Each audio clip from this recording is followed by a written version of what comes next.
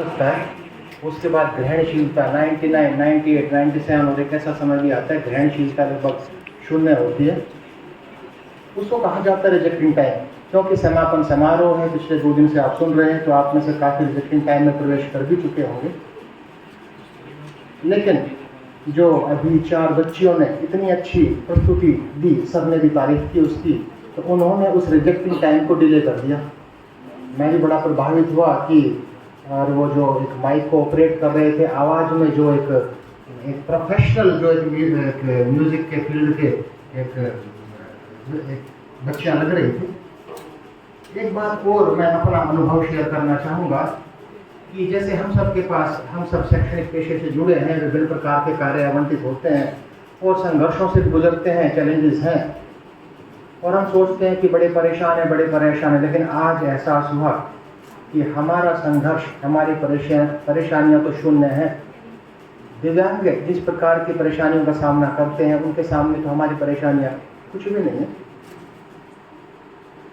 और एक छोटी सी कहानी सुनाऊंगा, उस कहानी के बाद अपने वक्तव्य को मैं समाप्त करूंगा, क्योंकि समय एक सीमा आवंटित की गई है और अभी आप एक रिजेक्टिंग टाइम के लगभग नज़दीक हैं।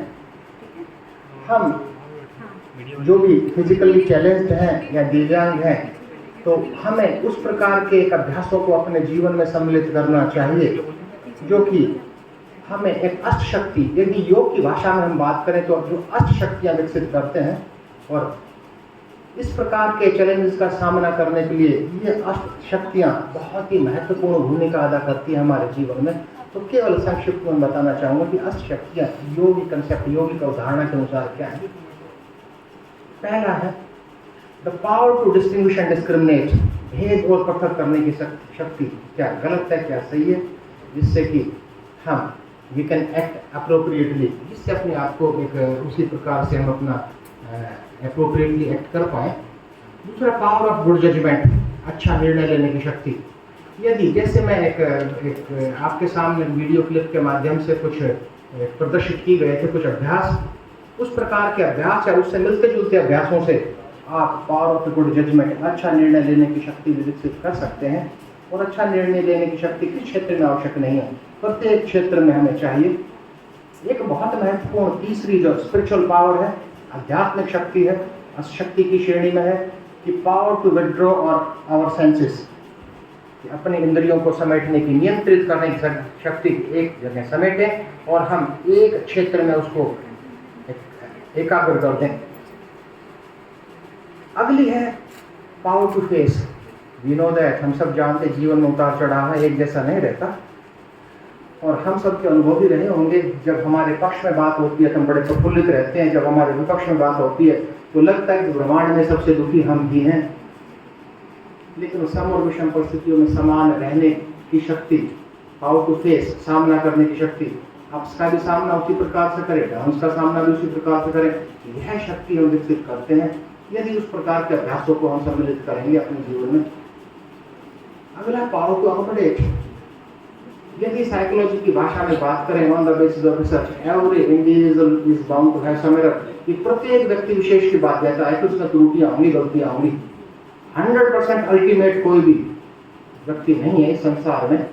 तो we have to accommodate ourselves toward the weaknesses of others.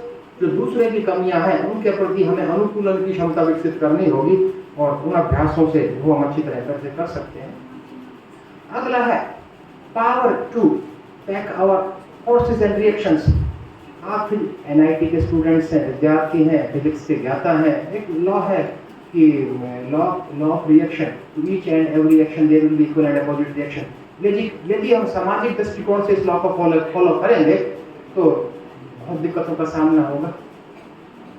We have to pack up our forces, अपनी ताकत को रोकना है और अपने रिएक्शंस को, प्रतिक्रियाओं को रोकना है। हर व्यक्ति विशेष की बस की बात नहीं है।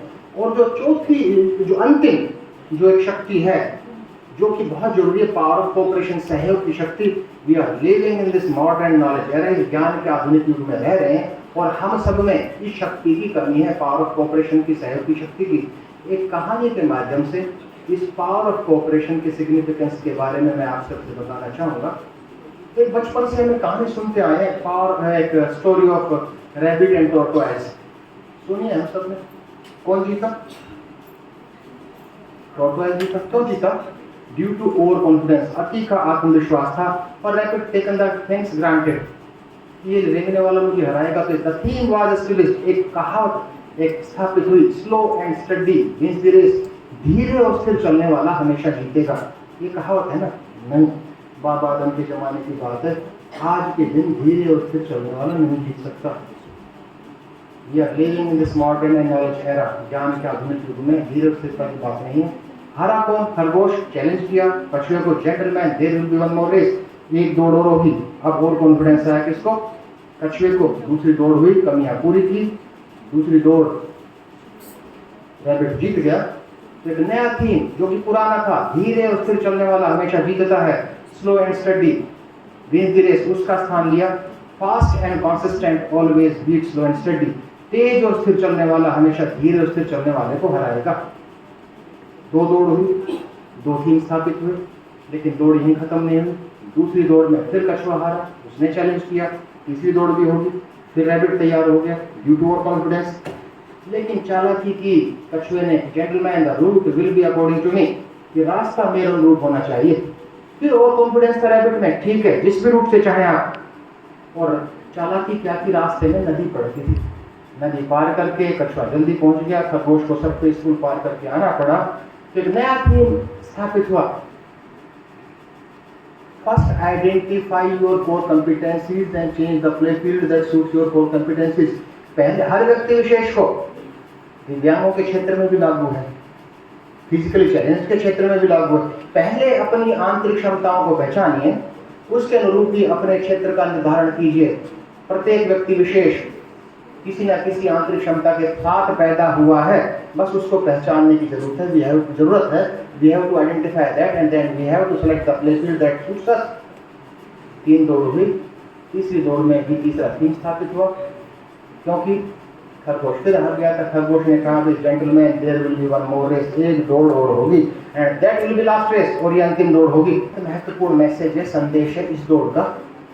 दोनों ने चर्चा की, gentleman you have core competency, आपके अंदर आंतरिक क्षमता है, आप सरफेस पर साइंस से जानते हो। मेरे अंदर आंतरिक क्षमता है कि मैं पानी में तेज चलता हूँ। Our purpose, our objective to be, our objective should be to perform, हमारा उद्देश्य हमारे स्वयं के प्रदर्शन से अच्छा करना होना चाहिए, न कि एक दूसरे को हराना। खरगोश ने कहा कि सरफेस पर मेरी पीठ पर बैठे, कछुए ने कहा पानी में मेरी पीठ पर बैठे। Both covered the same distance of the third race, तीसरी दौड़ का जो रूट था, जो बीच में नदी पड़ती थी, both covered with better than their own performance.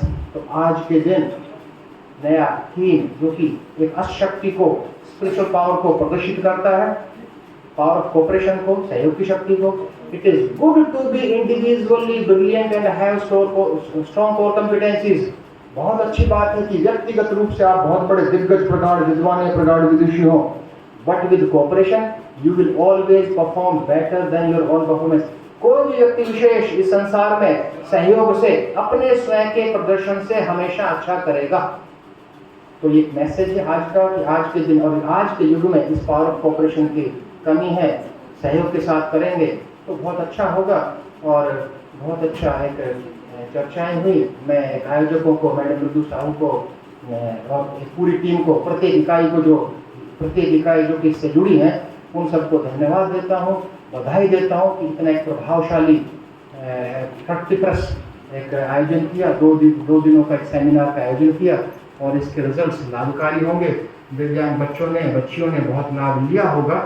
और अगेन आई रिपीट, मैं दोबारा दोहराता हूँ कि उनके गीत ने वास्तव में मुझे बहुत प्रभावित किया।